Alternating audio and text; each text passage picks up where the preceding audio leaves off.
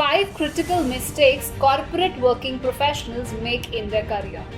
Number 1, not having a clear career plan. Most people are very random in their career and they keep on jumping from one job to other. They keep on transitioning roles sometimes without having a clear long-term view of their career. Number 2, not investing in their self-education and self-learning. Again, this is very crucial, and most people stop their education and stop their learning once they finish their college. But your learning, the self-education must continue even when you've started working in your entire career. Number 3, not negotiating your salary well. So most of the working professionals do not negotiate their salary hard while they are switching their jobs, or even within the organization when they are getting the promotion or the appraisal, they do not negotiate their salary much. Number 4, not building meaningful relationships at work.